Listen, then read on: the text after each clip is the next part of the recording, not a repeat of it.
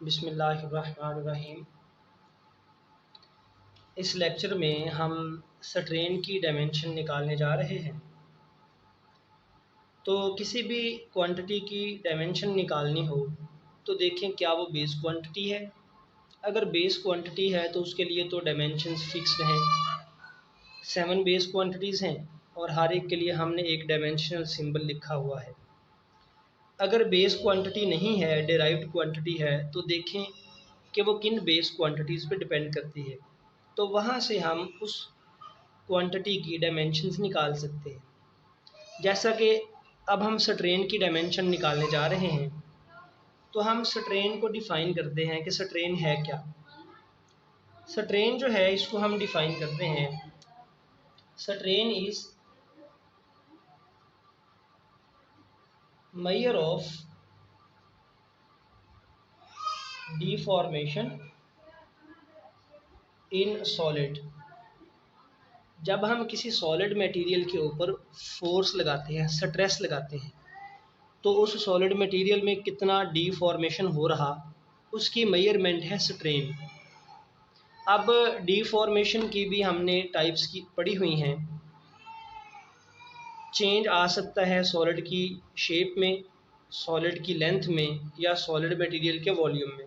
उस लिहाज से हम स्ट्रेन को डिफ़ाइन करते हैं। जैसा कि स्ट्रेन की टाइप्स हैं, एक है टेंसाइल स्ट्रेन और एक हम डिफ़ाइन करते हैं शियर स्ट्रेन, और इसी तरह से हम लिख सकते हैं इसको जी शियर स्ट्रेन, और हम लिख सकते हैं वॉल्यूमेट्रिक स्ट्रेन। अगर लेंथ में चेंज आ रहा स्ट्रेस अप्लाई करने से तो हम कहेंगे टेंसाइल स्ट्रेन है, शेप में चेंज आ रहा शियर स्ट्रेन है, वॉल्यूम में चेंज है तो वॉल्यूमेट्रिक स्ट्रेन है। हमारा मकसद इनको डिफ़ाइन करना नहीं है, बल्कि हमारा पर्पज़ ये है कि हम स्ट्रेन की डायमेंशन निकालना चाहते हैं। तो हम टेंसाइल स्ट्रेन को डिफ़ाइन कर लेते हैं। टेंसाइल स्ट्रेन को हम डिफ़ाइन करते हैं इस तरह से, strain is equal to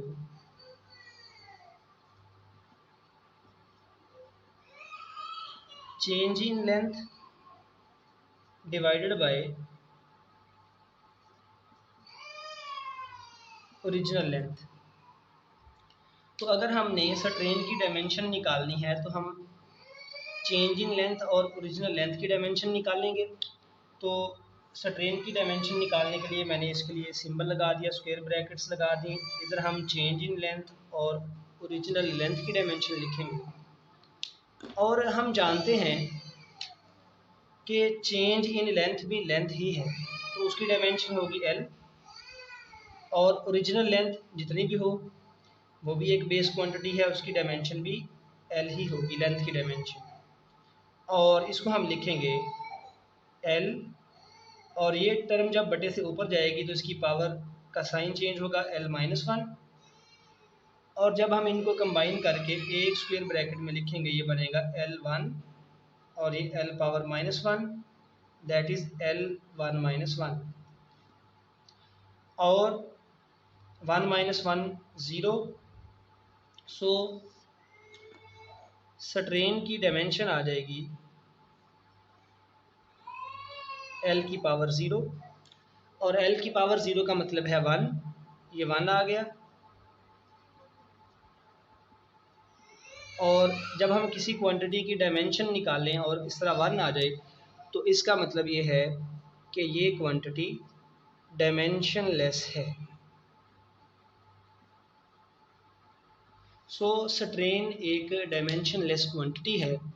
strain की कोई डायमेंशन नहीं है और ना ही इसका कोई यूनिट होगा।